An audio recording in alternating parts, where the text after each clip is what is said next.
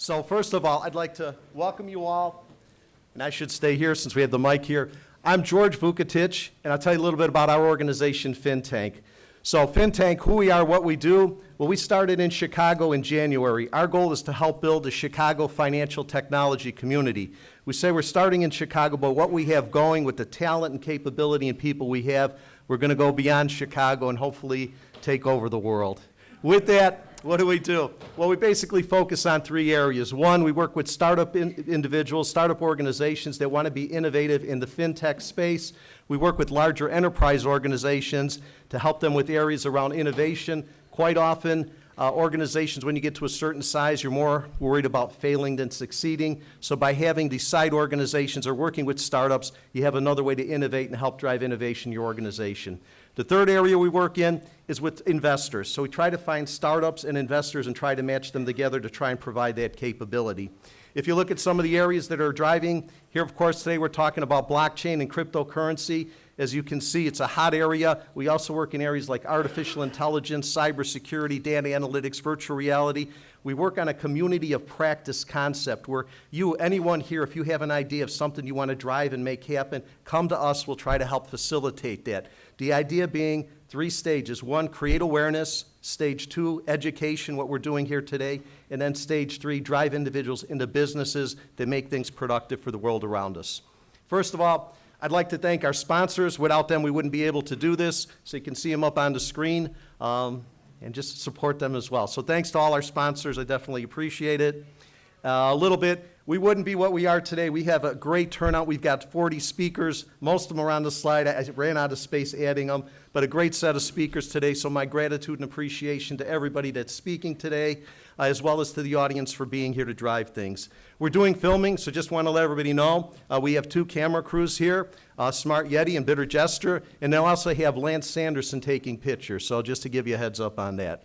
With that, a couple of things my team said, George, don't forget to let people know. And I said, there's no way I can remember all of these. So anyway, you can see on the screen, coffee breaks are happening right outside here if you haven't already seen it. Lunch is on the concourse right out down the stairs. Wi-Fi network, I think they've tested it out by now and should be working if you want to do Wi-Fi. Volunteer, if you need help with anything, there's people around with volunteer badges. Look for them. They should be able to help you. Restrooms are on the east side. Mention a bowl outside the registration desk. So if you put your card in the registration desk, we're going to do a drawing. We're going to have another event sometimes in February. So based on this, the waiting list for this group is incredible. So what we decided to do, we'll have another one. If you have any thoughts, ideas, let us know what you'd like to see. That's coming up. And sign up for our newsletter. And if you have any comments or feedback as the day goes on, send it to me directly. I'm George at fintank.org. Again, we wouldn't be anything if we didn't have a great set of partners, and IIT has been great. The whole II team, John, Donna, and Tista. I'd like to actually invite John up to say a few words. John, come on up. How about a hand for John? So hi, I'm the Dean of the Business School at IIT, so on the behalf of the university, I'd like to welcome you all here. This is part of a long history of a relationship between the Chicago financial community and this university. It basically started back in 1987 with the stock market crash, in which the leaders of the industry were totally freaked out when the market opened up down 20%. And they decided that we needed people who understood the technology of the markets, and we created the first MS in financial markets and trading at that time. Now this university is ranked in the top 5 in the United States and top 40 in the world for its finance programs. We have, in addition to our Masters in Finance, we have a Masters in Mathematical Finance, we have a Masters in Computer Science with a concentration in finance, we have a Masters in Management Science with a focus in finance. So if you are looking for people to fill out your companies, please give us a call. This is a great source of students, okay? The other thing I'd like to say is that this event is sponsored by the Knapp Entrepreneurship Center. This is our Center for Developing Entrepreneurship in the city. I'd like to thank Donna for all the work that she has done in bringing this about. Okay, so I hope this is going to be a wonderful conference. I'm very impressed with the number of people who are coming, and welcome to IIT. Thank you very much. Always good to have great partners like IIT. Now to give an overview, I got to tell you a little bit about Dave Carmen. When we started this concept, I was like, okay, how do we build a FinTech incubator? We're looking for individuals to help get us going. One individual that's stepped up and done this great job for us and is really driving things is Dave Carmen, and I'd like to invite Dave to come up. Dave.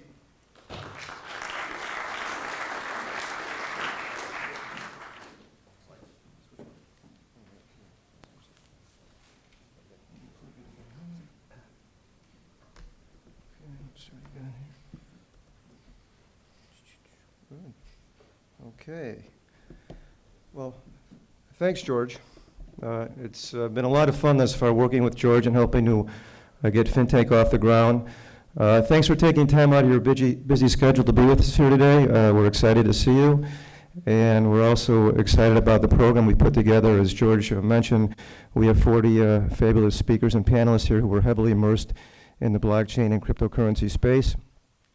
And we're also very excited here at FinTank about what is happening in blockchain, including the cryptocurrency space. When we started FinTank at the beginning of this year, one of the first things we did was started hosting educational seminars. We want to try to educate as many people as possible, including ourselves, about all that's happening in FinTech. And George put up a number of FinTech sectors. We identify about 12 sectors. You can slice it any number of different ways. But it's a very hot space. Who here saw the last month's cover of Fortune magazine? Anybody? Blockchain mania, right? Yeah, we are exploding. And of all the FinTech groups we're running, the one that has emerged as the most popular is the blockchain group. And currently, we are attracting between 150 and 200 attendees per month. And Illinois Institute of Technology is generous enough to also give us their space for our regular monthly blockchain event. And if you look around the city of Chicago, you see a lot of cool things happening. How many of you know that the Chicago Board Options Exchange is getting ready to trade Bitcoin futures? That's a big move. It's going to give a lot more legitimacy to Bitcoin. And who here has been heard about Jamie Dimon's remarks regarding Bitcoin? Right. He hates it, doesn't he? It's going to implode. He compared it to the Tulip Bull Mania of 1637. However, the good news is that his daughter, one of his 3 daughters, is trading Bitcoin, and she's actually making some nice money. So I guess the question is, who do you trust here, one of the most powerful bankers in the world, or his daughter? So it's up to you to decide. But if you look around, you see what the CBOE is doing. Also, Mike Mollett is director of the Futures Exchange at the CBOE, and he's going to be in our investment panel later today, sharing what's going on there and what their thought process was to launching Bitcoin futures, because their competitor across the town, the Chicago Mercantile Exchange, is passing right now. The CBOE, I think, is taking some risk, and kudos to them. Also, who here is sort of DRW, trading firm here in Chicago, run by Don Wilson, billionaire? Yeah, they are one of the largest crypto firms in the world. They launched Cumberland Mining, and their over-the-counter trading desk in Bitcoin is the largest trading such desk in the world. And you're going to hear later from Bobby Cho. He's a professional trader. He runs that over-the-counter desk, and he's going to be on the investment panel with Mike Mollett. Also, Northern Trust. They partnered with IBM earlier this year to launch their own blockchain in the private equity space. And you're going to hear from Sabrina Smith later today. She's going to speak.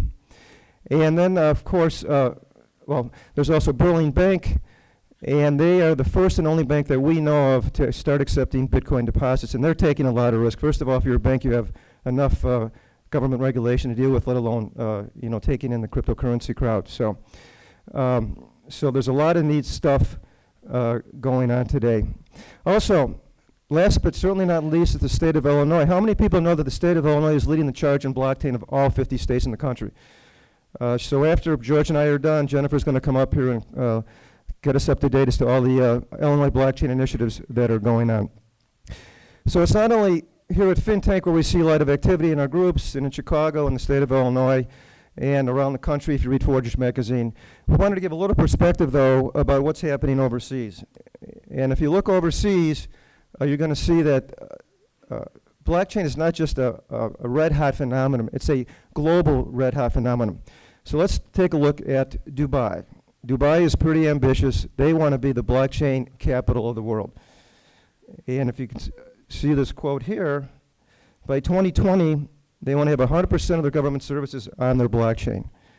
And so they are really all in when it comes to blockchain. Now, not far from Dubai is the state of Israel. Now, this headline's a little bit misleading. I would not say that Israel is actually leading the charge when it comes to blockchain. They are clearly the global leader when it comes to cybersecurity. Earlier in the year, the CTO of their largest bank was interviewed, and he expressed disappointment that actually Israel has been lagging somewhat behind in blockchain, but they're starting to catch up. In fact, who here has heard of Bancor, ICO? Yeah, in Israel, they raised 150 million in just a few hours. You know, not bad for one day's work, right? So they're coming on. Now, what country is leading at the fore of blockchain? They've been generating most of the headline news, and that would be China. So, who here knows that China just banned ICOs? We all know that? Okay. Well, it's important to make a distinction between the cryptocurrencies and the blockchain technology that underlies the Bitcoin, because China is heavily involved in blockchain. And not only that, don't be fooled by the fact that they banned the ICOs. How many people know that back in December 2013, China banned Bitcoin altogether? Anybody know that? Well, they changed their mind, because China is the largest miner in the world of Bitcoin, and they are not walking away from the cryptocurrency space. In fact, their central bank is committed to digitizing their fiat currency, and they are way ahead of any other central bank in the world right now when it comes to digitizing their fiat currency.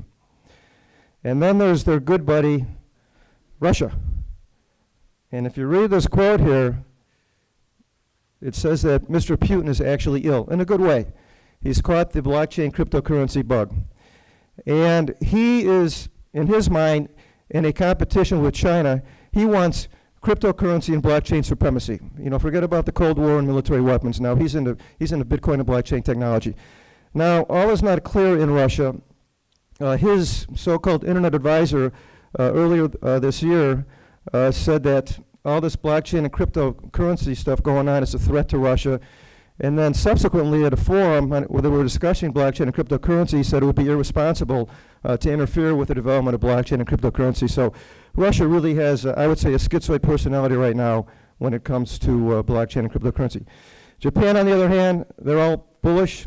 Earlier this year, the government actually made Bitcoin legal tender in Japan. And then there's Singapore. They're all in, probably more than anybody. And actually, it's turning out to be the best place to launch an ICO. They've also had a number of successes in the ICO space. Now, I could go on all day long, because this blockchain phenomenon is global. It's everywhere. Just one last city here, Hong Kong, World Financial Center. And they also are diving in. Now, if you look at this quote by Marley Gray, who's with Microsoft, talking about how Hong Kong is one of the 4 cities that's leading the charge in blockchain. About 8 months later, Deloitte came out with their FinTech report in this year, and we're number 1 from Andrew Heiser with the Bank of England. They are heavily on top of blockchain and cryptocurrency, very sophisticated. And a year ago, they said the likelihood of having a large commercial blockchain was highly unlikely. Right now, it's only working in the cryptocurrency space, and we're waiting to see if blockchain will work on a large commercial scale outside of cryptocurrency. A year later, though, we have a quote here from Jesse Lund, Global Vice President of Blockchain at IBM, and he thinks maybe by the end of this year, next year, we're going to see that first successful application on a large scale. So a lot of cool stuff happening. And last but not least, here's a bunch of publications that we read in order to keep up to speed on FinTech and blockchain and cryptocurrency. If you would like that, please email me at david@fintank.org, and I'll be happy to pass it along. So I'm going to send it back over to George. Thank you.